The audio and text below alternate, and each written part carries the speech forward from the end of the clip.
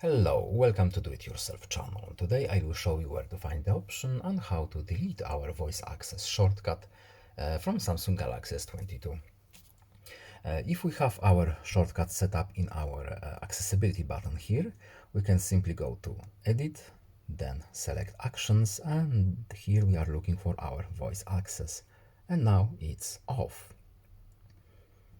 It's gone.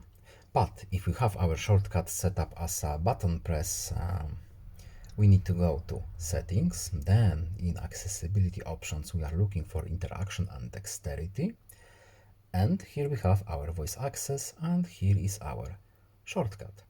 So if we have any other options here, we can turn it off from here by disabling shortcut from here on, or we can change our shortcut buttons.